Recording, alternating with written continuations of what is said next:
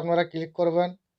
Click করার পর আপনাদের সামনে পরবর্তী ন্যাশনাল ভোটারের পেজটি ওপেন হবে। এখানে আপনারা লগ ইন এবং রেজিস্ট্রেশন এই জায়গায় ক্লিক করবেন। এই জায়গায় ক্লিক করার পর আপনাদের যদি লগ ইন করা থাকে তাহলে আপনাদের ফোন নাম্বার পাসওয়ার্ড দিয়ে লগ ইন করবেন। আর যদি না থাকে তাহলে নিচে গিয়ে রেজিস্ট্রেশনে যেয়ে ক্লিক করবেন। রেজিস্ট্রেশনে ক্লিক করার পর আপনাদের ফোন নাম্বারটি দিয়ে ওটিপি আসবে। সেই ওটিপিটি ভেরিফিকেশন করার পর আপনারা রেজিস্ট্রেশন করে নেবেন। তো যাই হোক, আমার রেজিস্ট্রেশন করে নিচ্ছি। রেজিস্ট্রেশন করার পর এখানে ফোন নাম্বার এবং আইডি পাসওয়ার্ড দিয়ে লগ ইন করবেন। লগ ইন করার ড্যাশবোর্ডটি খুলে যাওয়ার পর এখান থেকে আপনারা সমস্ত কিছু কাজ করতে পারবেন। ভোটার কার্ড কারেকশন, নতুন ভোটার বা আধার লিঙ্ক। তো আজকের মূল বিষয় নতুন ভোটার কার্ড, তাই ফর্ম 6-এ ক্লিক করবেন। ফর্ম 6-এ ক্লিক করার পর এখানে আপনাদের স্টেট সিলেক্ট করবেন।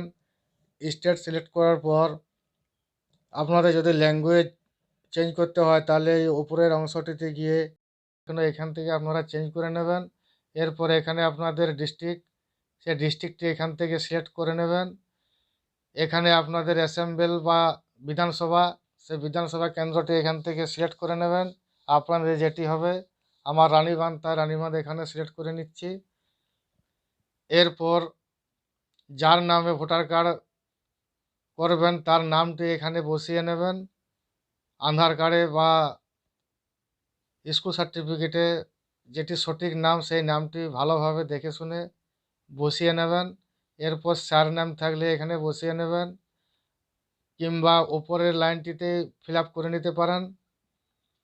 আপনারা এধারে ইংলিশে যেটি লিখবেন তা পরবর্তী অংশে বাংলা বা হিন্দি যাই হোক না কেন অটোমেটিক ওটি চলে আসবে। যদি কোনো ভুলভাল থাকে তাহলে আপনারা এই পোর্টালেরই কিবোর্ড থেকে সেটি সংশোধন করে নেবেন। তো সেটি কিভাবে করবেন সেটিও আপনাদেরকে এই ভিডিওর মাধ্যমে দেখাবো। তো যাই হোক, এখানে নাম, ফাদার নাম, বাবার নাম সমস্ত কিছু ফিল আপ করে নেবেন। এরপর ফোন নাম্বার দেবেন, ম্যান্ডেটারি নয় তবু দিয়ে দেবেন। ইমেল আইডিও ম্যান্ডেটারি নয় তবু থাকলে দিয়ে দেবেন। তো আমার কাস্টমারের সমস্ত কিছু সব দেখে শুনে এখানে ফোন নাম্বার, ইমেল আইডি সমস্ত কিছু ফিল আপ করে নিচ্ছি। আপনাদের যেটি হবে সেটি বসিয়ে নেবেন।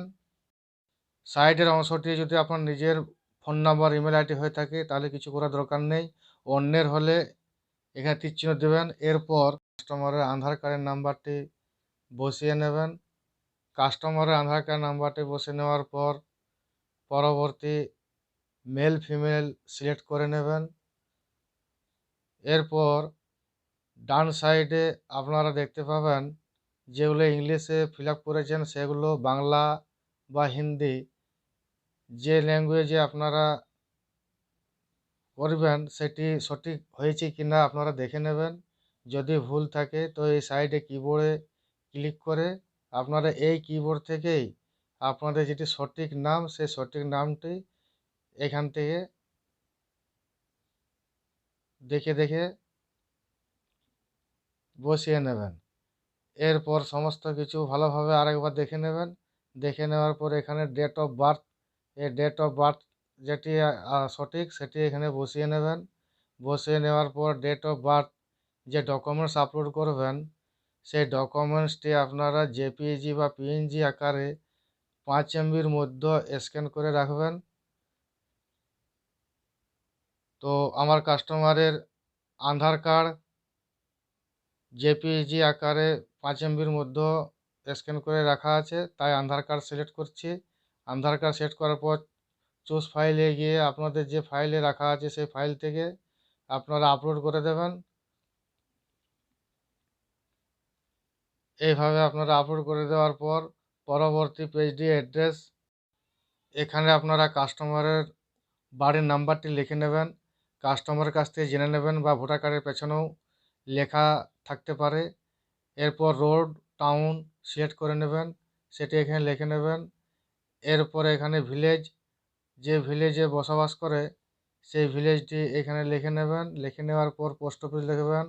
এখানে টাউন, তহসিল, মন্ডল সেটি আপনারা ব্লক সিলেক্ট করবেন। এরপর পিনকোড নাম্বারটি লিখে নেবেন। পিনকোড নম্বর লিখে নেওয়ার পর ডিস্ট্রিক্ট এবং স্টেট দুটো চয়েস করে এই সাইডে দেখে নেবেন আপনাদের বাংলা বা হিন্দির মধ্যে সঠিক হয়েছে কি না। না হয়ে থাকলে আপনারা কিবোর্ড থেকে সঠিক করে নেবেন। এরপর আপনারা অ্যাড্রেস প্রুফ জেপিজি পিএনজি আকারে 5 MBর মধ্যে স্ক্যান করে রাখবেন এবং এখান থেকে চুজ ফাইলে গিয়ে সিলেক্ট করে সেটি আপলোড করে দেবেন।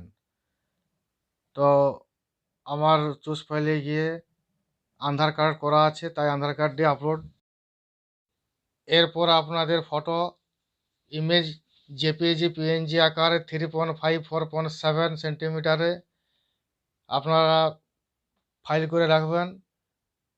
ফটো আপলোড করার সময় এরকম আবার আপনাদেরকে লগ ইন করতে বলা হবে, আবার কোনো কোনো সময় নাও করতে হয়। তো যাই হোক লগ ইন করে নেবেন। লগ ইন করে নেওয়ার পর পেজটি কেটে দেবেন।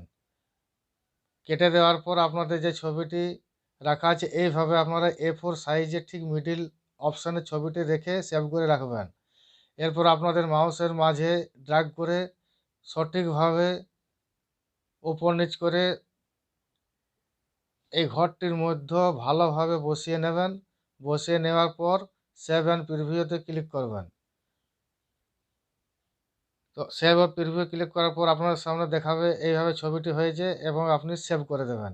সেভ করার পর পরবর্তী অংশটি প্রতিবন্ধী হয়ে থাকলে ভরবেন, না হলে ছেড়ে দেবেন। এরপরে এখানে ফ্যামিলি মেম্বার, সে ফ্যামিলি মেম্বারের নামটি এখানে বসিয়ে দেবেন।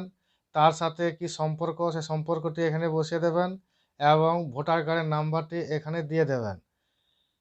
তো এখানে অ্যাপ্লিকেশনের বাবার নাম এবং তার নাম ভোটার কার্ড আমি বসিয়ে দিয়েছি। এরপর পরবর্তী অংশে আপনাদের ভিলেজ বা টাউন যেটি হবে সেটি এখানে বসিয়ে নেবেন। তো আমার কাস্টমার ভিলেজে বাস করে তাই ভিলেজের নাম এখানে বসিয়ে নিচ্ছি। এরপর স্টেট, যে স্টেটে আপনি বসবাস করেন সেই স্টেটটি এখান থেকে সিলেক্ট করে নেবেন। আমার ওয়েস্ট বেঙ্গল সিলেক্ট করে নিলাম। এরপর যে ডিস্ট্রিক্টে বসবাস করেন সেই ডিস্ট্রিক্টটি এখান থেকে বসিয়ে নেবেন। বসিয়ে নেওয়ার পর কত বছর এখানে বসবাস করেন সেই ডেটটি ক্যালেন্ডার দেখে বসিয়ে নেবেন। তো যে ডেট থেকে জন্ম সেই ডেট থেকেও লিখতে পারেন বা 1-2 মাস পরেও লিখতে পারেন। এরপর এখানে প্লেস যেখান থেকে অ্যাপ্লিকেশনটি করছেন বা আপনার গ্রামের নামটি লিখে ক্যাপচা দিয়ে সাবমিট করবেন। সাবমিট অ্যান্ড প্রিভিউ ক্লিক করার পর আপনার সামনে পুরো ফর্মটি একবার শো করবে। যদি কোথাও কোনো ভুল থাকে আপনার এই ব্যাক অপশানে গিয়ে সেই জায়গাগুলি কারেকশন করে ফাইনাল সাবমিট করবেন। তো আমার ফর্মটি সম্পূর্ণ ঠিকঠাক ফিল আপ হয়েছে, তাই আমি সাবমিট করে দিলাম। সাবমিট করার সাথে সাথে আপনাদের কাছে রেফারেন্স নাম্বার একটি পাবেন। এই রেফারেন্স নাম্বারটি আপনারা খাতার মধ্যে লিখে রাখবেন। পরবর্তী ক্ষেত্রে এই নাম্বারটি ধরে আপনারা ট্র্যাক অ্যাপ্লিকেশন করে জানতে পারবেন কী অবস্থায় আছে। হয়ে গেলে আপনারা ডাউনলোড করে নিতে পারবেন।